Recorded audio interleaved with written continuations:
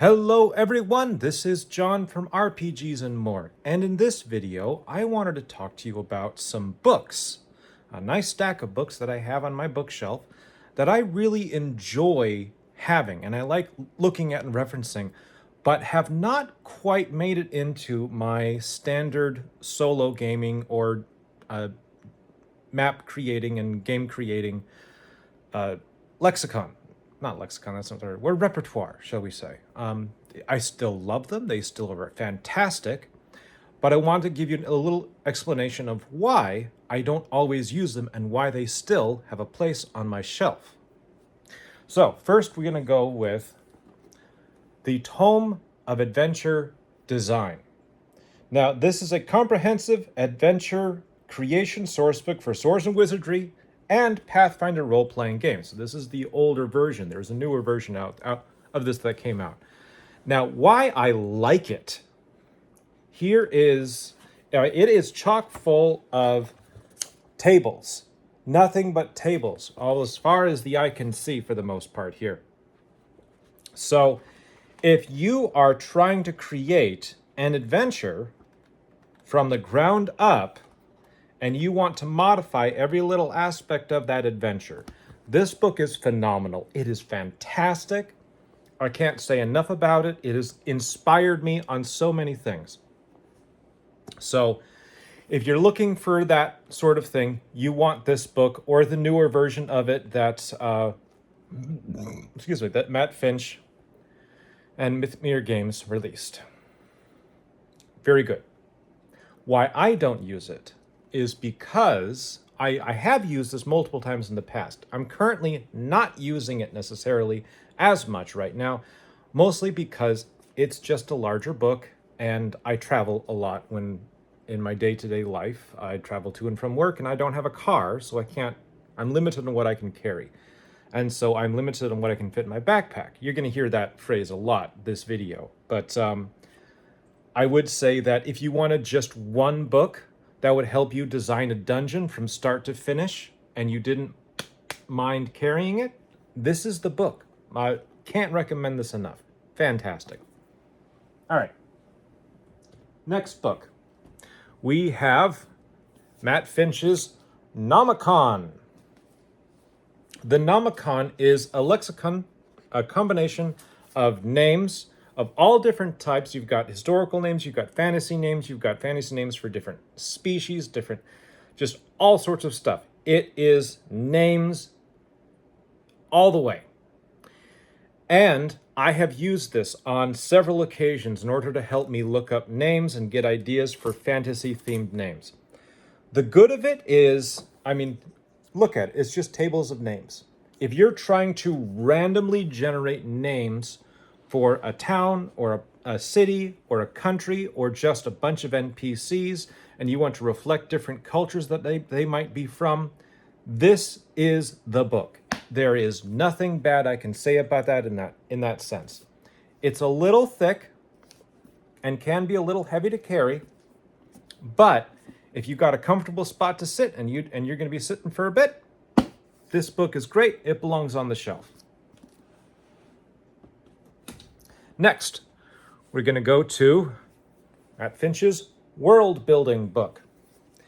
This book, I haven't used this as much, and we'll get into a little bit more of why later. I think it is good. It's got lots of solid information in it. Again, we're talking lots of ideas on how things can get built with charts. You've got plenty of tables for randomly rolling things up for your campaign world. It's going to allow you to randomly generate a lot of information if you want to, or select the options that you want in order to create an entire campaign world from the ground up. Now, that's the good, very good. And I will say that as far as this stuff is concerned, it's pretty readable. I didn't say that about the other one. The other one also is very readable. Tome of Adventure Design, also very readable. So no issues on that. The print size is larger than usual. Not quite as large as I'm comfortable with, but I'm a special case. But I don't need my special extra magnifying glasses in order to read this, so we're good. If you have a slight visual impairment, you're probably still going to be fine reading this book. All the tables and the charts are laid out very neatly. This is a huge thing that I really like, is that everything is very neat. There's lots of spacing between all the options, so it's a lot harder to mix up what it is exactly that you're looking at. You're not going to make those mistakes, even if you're kind of trying to go a little fast because you're trying to create something in like a 5-minute bathroom break in the middle of your game session because, oh my gosh, you forgot you needed these names and your player is going to be back in a minute. This is going to be good for you for that. Go for it. And that's really all I can say because, again, like I have not used this book as extensively, although I am glad I own it, and I do intend to use it more in the future because it does do some things that other books I have don't do. Okay, next, we're going to do 3 books, but they're all kind of as a set. And these are the Advanced Dungeons & Dragons Blue Books. Now, the ones that I use the most are the Arms and Equipment Guide, which is a collection of information about different types of classic D&D style armor and some fantasy versions of that. It also goes into different types of helmets, different types of shields, standard equipment that your adventurer can carry, and it gives you a really nice, cool equipment list. It's also got the occasional fun piece of art in there for those of you who like that nostalgic art phase. I will say that as far as readability, this scores pretty high for me. The formatting is very, very understandable. There's not a lot of extra flourishes here. It's pretty bare bones and pretty solid. The text is very bold on the page, so I can read it easily. You got little diagrams of different weapons, like the different crossbows. It kind of shows you how crossbows work. So you can get an idea of what is entailed in a crossbow, and it's not just like, oh, it's a crossbow, it works like that. No, it's like, this is how it works, which is a lot more than you get in other books. So I like that. I like the different styles of axes and knives and things like that it talks about. This is the game, actually, when I first got into 2nd edition AD&D, in the tail end of that edition, this book was cooler to me than the player's handbook because I just was eating up this stuff. It was full of just armor and weapons and cool swords. Loved it. The other thing that I liked about it, which is not an extensive part of the book, but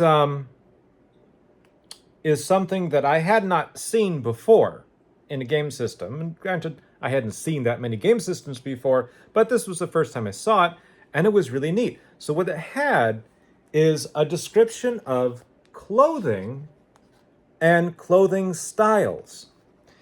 And there are the comprehensive list of what it would take for what various items of clothing were available, what they looked like, how they were expected to function, excuse me, and then what materials they would be made out of, and what it would take to buy them. And so you've got a bunch of stuff like, a coif. What is a coif? And then a doublet, a fitchet, drawers, all these old, like what we might call old-timey words for clothing items that we don't necessarily associate with anymore. But how do you translate that? How do you understand it? And how does it all fit into your campaign world, assuming a standard medieval setting? And so this kind of goes into a lot of that detail, explaining to you just what all those things are, just what the shoes looked like, what materials they were made out of, and all that. I think that's really cool, and it's one of the reasons why this book rates pretty high. I'm pretty sure that this is available on DriveThru as a PDF, so I'm not trying to advertise or not trying to talk up things that you can't get your hands on. The other one is the Castle Guide. If you're trying to do a role-playing campaign that centers more on castles than necessarily on towns, this is, to me, has felt indispensable. It's not as comprehensive as a historical treatise on how medieval castles work. You're going to get kind of bare bones stuff. So those people who are actual historians are going to look at this and say, nah. But most of us who are casual historians and really just focusing on trying to have fun games, you're going to look at this and say, fantastic, wonderful. And the neat part about it is a lot of this information, A, hasn't really changed all that much. There's been some new developments in our understanding of how medieval society worked since the 80s, but really, you can add in whatever is missing here that you want. It goes into detail about how what is the court of a castle, how the court works, who's the personnel that are going to be in your castle, what rank are they going to be, and what's the ratio of servants to nobles and things like that. How many guards would a typical castle of a typical baron or duke or count have? I think that's all kind of stuff that you find here. They also talk about how you would incorporate magic into your castle if magic is something that is important to you. This is a book that I have read several times. Certain sections of it I reread more than once. I don't have it memorized, so I can't like sit here and spout off a bunch of stuff, but it's really, really good. If you want to do a more historically themed D&D campaign, this is great. If you just want to learn, how some castles would work in a fantasy setting without necessarily doing a deep dive into a Game of Thrones style research, then should be a good one to go for. Here we go. Campaign Sourcebook and Catacomb Guide. This one I've read less, so I can't be as certain about whether or not you will want to use it. But I will say that I have enjoyed using it. I'm not going to go into too much detail because I don't want to waste too much of your time. But I found it to be an interesting thing to flip through and read. And just, it's nice to have it on the shelf. I don't use these 3 books as much as I used to.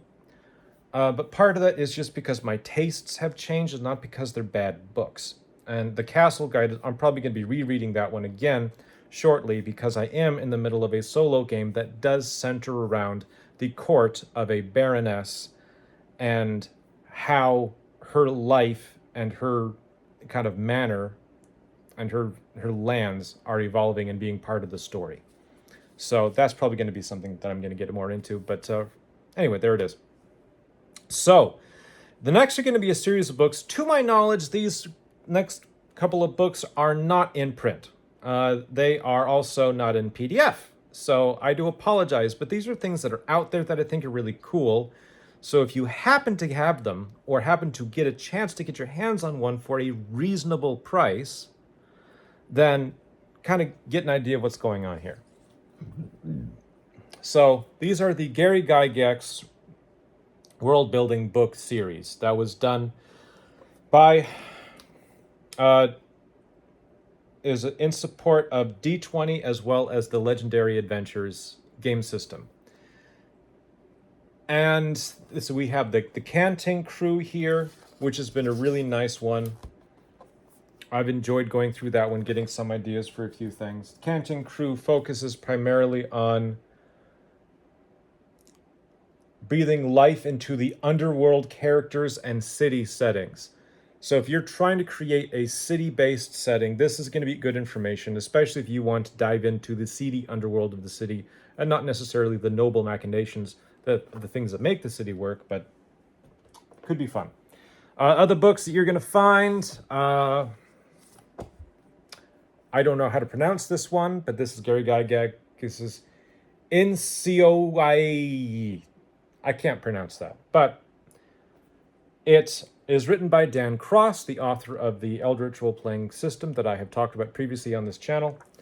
And it has some cool information. It focuses primarily on adventure scenarios and creating characters. Anyway, it's been fun. I haven't read this one in a long time, and I don't want to dive back into it right away. But just know it's kind of cool. Glad I have it. Glad it's on the shelf. Don't use it as much as I should, but that's okay. I'll explain all of that at the end of the video. So, Gary Gygax World Builder. This one is the sort of the grandfather, if you will, of the world building guide. This is sort of what you would get to inspire what you see in that other book. Not only this, there's plenty of other things that Matt Finch pulled on in order to create excellent content, and nothing is copied from this. It's all new stuff that Matt Finch came up with. I'm not trying to say anything like that. It's just I can kind of see where some of the inspiration may have come for the concept of the book. But this is neat because it goes into detail of the different types of armors that you're going to see in various cultures and what they looked like, what areas of the body they cover, that sort of thing. I wouldn't call it comprehensive because there are other books that do a really good job of covering all of that information. But from a fantasy writer and game player point of view, here's another page of just different illustrations of armor pieces. This is really all you would need. And there's just various helmets and headpieces. So that kind of gives you an idea. We got 3 pages of illustrations of just little pieces of armor. And it's pretty cool. I like the way that they kind of put it all together. Here's a section on shields of different types, as well as armor when it's all put together. We got full plate, as well as I think it's pronounced Yuri? I don't know. The Japanese style armor. I apologize. I know I mispronounced that. As well as just different little bits of information about different types of weapons, what they look like, and little blurbs of information about each of them. So that gives you an idea of how to customize your cultures and their equipment based upon the look that you want them to have. If you want to have stuff that's based more upon a historical mindset than just a fantasy, for lack of a better term, let's say fantasy MMO, the most famous one, version of what fantasy looks like. So that's kind of cool. That one I have looked through quite a bit, and I enjoyed especially the equipment section of it because, again, I like equipment books. I like books that have lots of information on equipment. That's kind of my jam. I don't have as many of them as I used to, but that one definitely has stayed on the shelf for many reasons. There's one more book, actually 2 more books in this series, and this is, we'll talk about that one last. Here we go. This is the Living Fantasy book in the line. This one's pretty cool. Again, this is more information, some of which you can find in other sources, but it gives you a lot of information on how to create a living, breathing fantasy world using some real world stuff as inspiration, but I'll giving you the tools to modify that stuff in order to come up with your own scenarios, your own culture. Talks to you about like the layout, the potential layouts of different kinds of ships and things like that in order to have them resemble what we did in history, but they don't have to be exactly what we had in history. So that's been a really fun book to look at. I just love looking at the diagrams of things because it gives me fodder for ideas like, when you've only got one small cabin, how do we set it up so like, the PCs are like, oh, I take a cabin. No, I take a cabin. Well, no, actually ships at that point didn't have a bunch of individual cabins. You had one cabin for the crew, and then there would be a back area where like the captain would have a cabin and there might be one other cabin for guests or something like that. If there was another cabin at all, a lot of people just slept on deck or slept below deck, and there was no real privacy in these long sea voyages. So it's kind of an interesting thing to be forced to stare at. So the last one, this is the one I use the most. This is the one I still use today. And I love it. And this is the Gary Gygax's Book of Names. The Extraordinary Book of Names. Now this is by Malcolm Bowers. So Gary Gygax didn't write this himself. It's just part of the series that he is responsible for here. And This is a fantastic book, which is literally just hundreds of pages of names. I think I've talked about this in a previous video, so I'm not going to get into too much detail, but you've got names from all different cultures. And they are wonderful. It's a wonderful resource.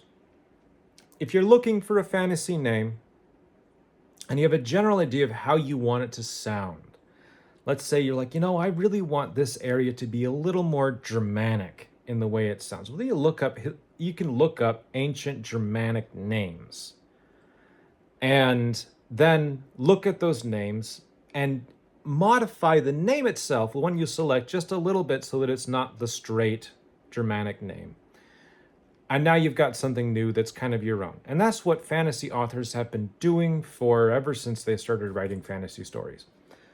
So as far as how to do that, that's something that an author kind of comes up with themselves, but this book is itself a great resource. Can you recreate this by doing online searches?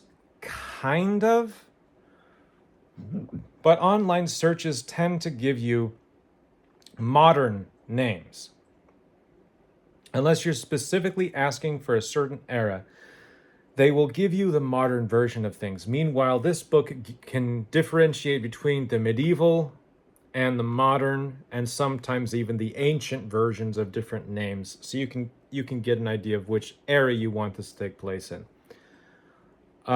It covers a lot of cultures, not just European. You've also got Middle Eastern, African, I believe, is in here, as well as countries like Japan and China have their names of their cultures are listed in here. So there's a lot of things in here. I think it's a fantastic book. It is almost better, I'd say for a historical fantasy, it's better than the Nomicon. But it's out of print, and the Nomicon is amazing. So if you don't have the opportunity to grab the Book of Names for whatever reason, mostly because they're incredibly expensive, don't bother. It's okay. Get the Nomicon and have fun. You'll be fine. It's okay. Then the last book, this is one I still use even now, even though I don't use it as much as I used to, but it is the Mother of All Treasure Tables. This is a book that is nothing but treasure tables. And what it does, which is pretty neat, is it breaks down the treasure tables based upon the amount of treasure that is going to be in the room, the room that you want to have there. The whole goal is to allow you to have interesting treasure, so that your treasure isn't just, you find 24 gold pieces. Instead, you can look at the chart and let's say I want the 50 gold pieces chart. So that's on page 15. We go to that's page 25, too far. Going to page 13, 14, 15. Okay, you roll a D100. Let's say you get 27.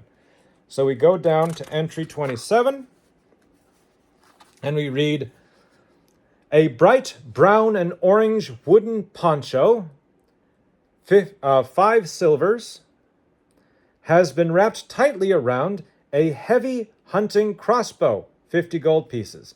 The crossbow is made of stout oak with a bronze launcher molded in the shape of a crowing rooster.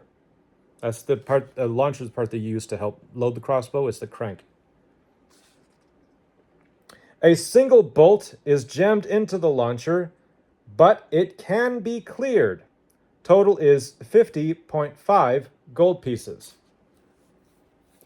And that gives you an idea of what this is like. There's 100 different entries for each category.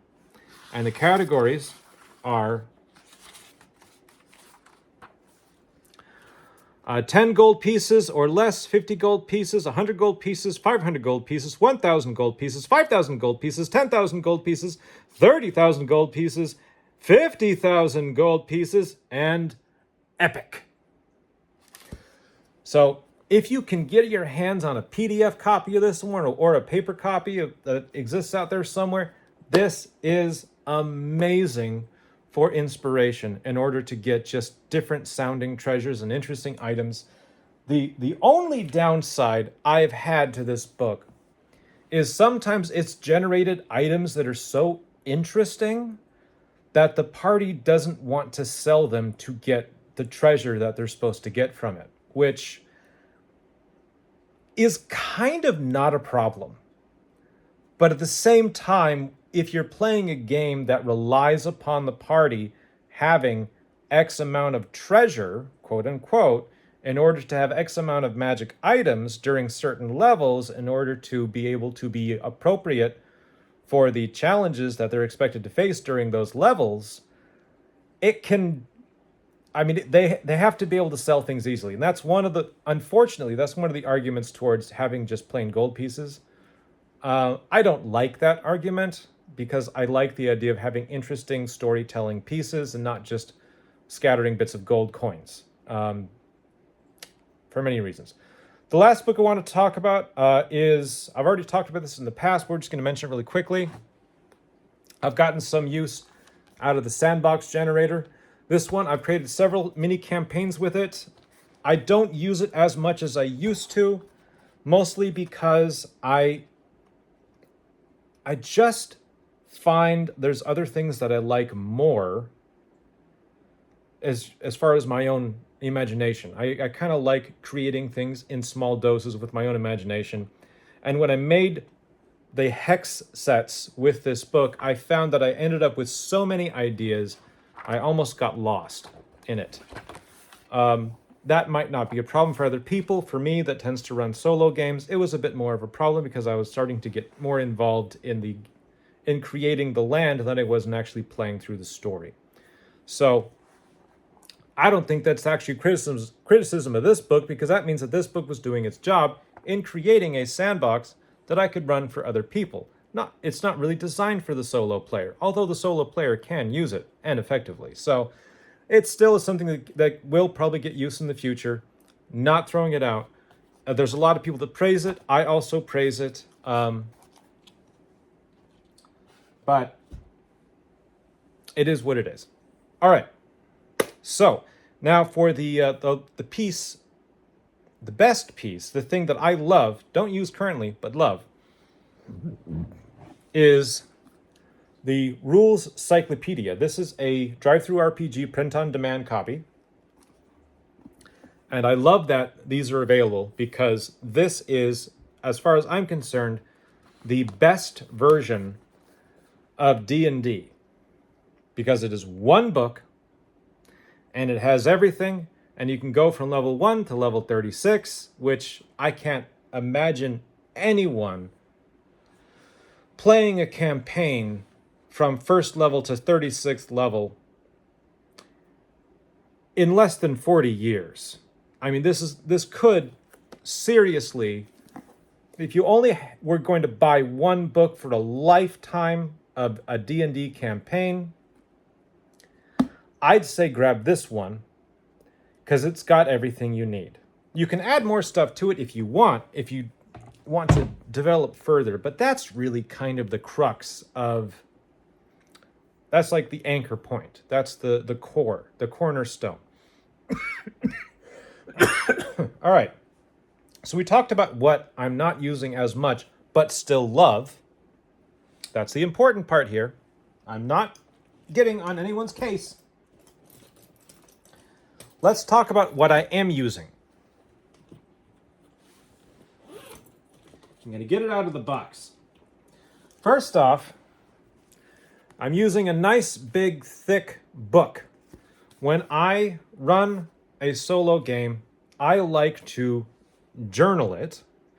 I like to write it as if I was writing the rough draft of a novel, including dialogue and actions and descriptions and everything else.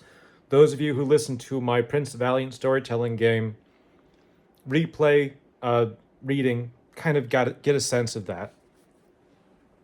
This one is a different system, although it is the same setting, the Hawk Hearth area is being fleshed out and detailed in this one. What I've done is I've used the Post-it tabs in order to keep track of different information. So I've got blue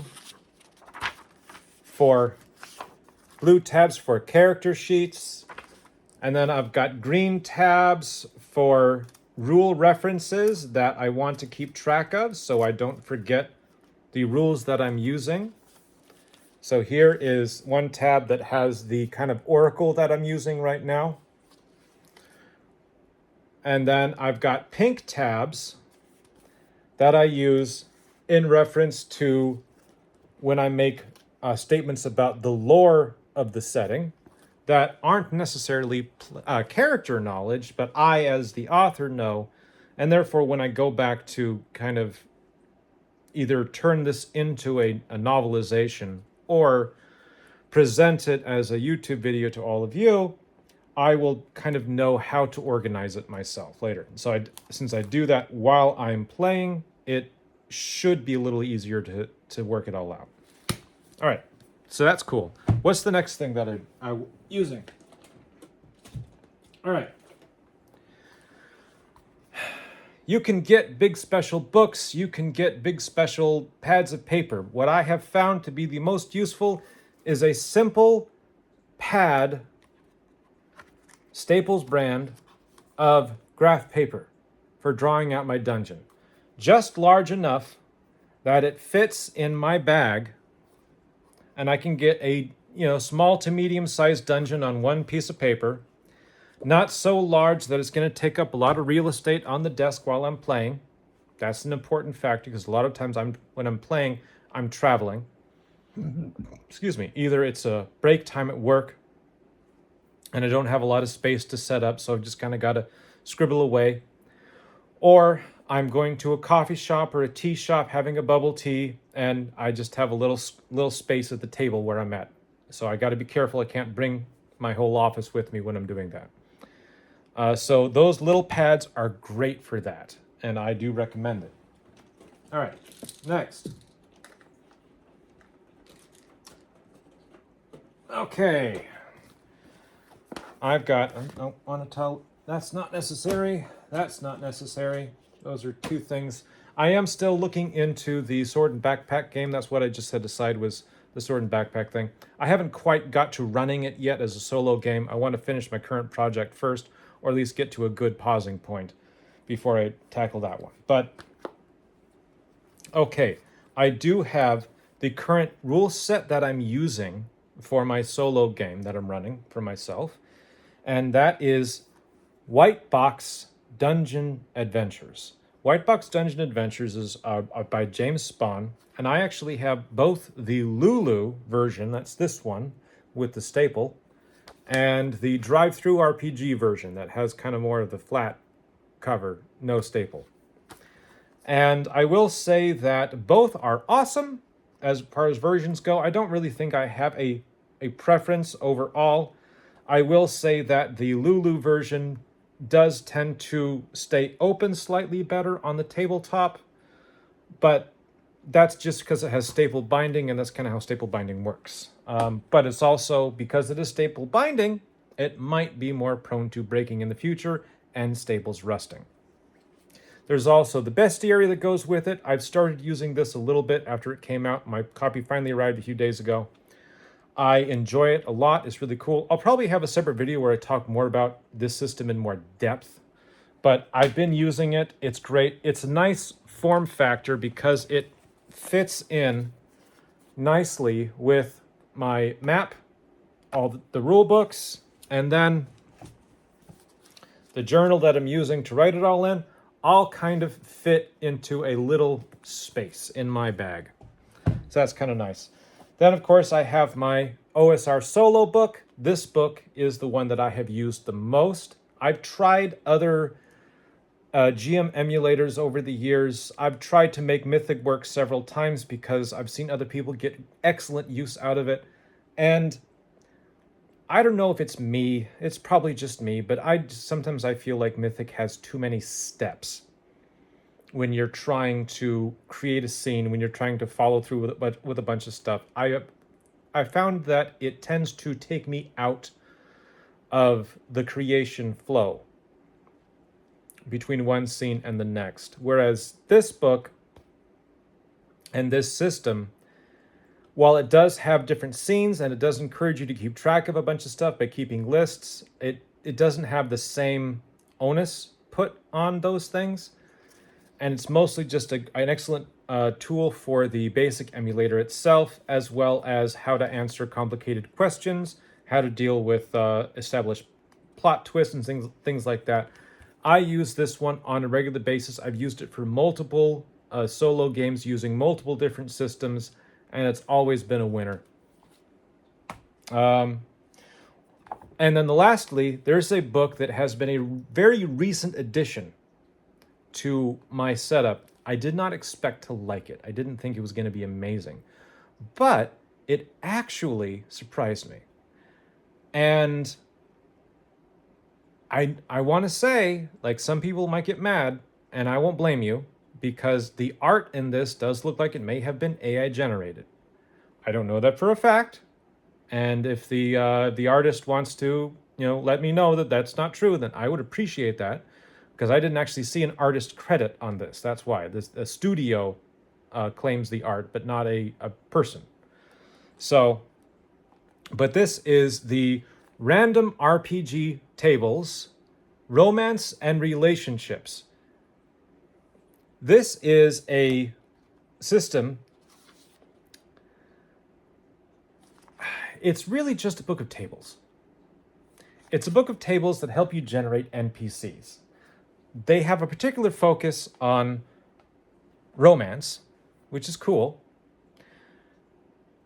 And I like that because that's something that I find interesting. I think that in a lot of games, love as a motivation is far more interesting than so many of the other motivations we tend to give our characters. People talk about revenge, people talk about hatred, people talk about, I just want to get rich. But sometimes love tells a more compelling story to me, because love is the thing that makes you do things you would not normally do. Even more so, in my opinion, than revenge, because a lot of times people don't really seek out revenge unless it involves someone that they love. So I like that. I've actually been using it several times recently to make interesting NPCs, and I've found that I enjoy that process. I enjoy what that does. So I do kind of recommend that book. It is a little on the more expensive side compared to some of the rest of this. I think it was like $22 to $24 on Amazon. You can get it on Kindle for cheaper, I think. Don't quote me on that one. There's also a hardcover version, which I did not splurge for. But I like having the print version because I can just throw it in my bag. I can disconnect everything. If my phone runs out of power, I'm not worried. And it fits nicely into the form factor. Again, here's the thing. They're all roughly the same size, all these books. So that's what I use. That's what I don't use. I use these books mostly because I travel. And I like to not be burdened down by a bunch of extra stuff while I'm traveling, especially if I've got to carry extra things for other, if I'm going to be doing more than one activity before I go home again. So I enjoy the smaller form factor for books. There are a few other books that I'm going to be testing out in the coming months and weeks to see if I like them better. There's more OSR solo dungeon generators and things like that I want to check out and see if they work really well. If they work, I'll probably do a future video talking about them. If they don't, we'll see. But I just wanted to give you a heads up about what I've been working on and how that's been going. So that's kind of been where a lot of my energy as far as solo gaming and reading for my personal pleasure for the past year. And I'm hoping to do more of that in the coming weeks and months and talk to you a little bit more about that when I get the time. Thank you very much for your attention. I know this video is a little longer than the more recent videos that I've done, but I figured it was a lot of ground to cover worth doing in one video,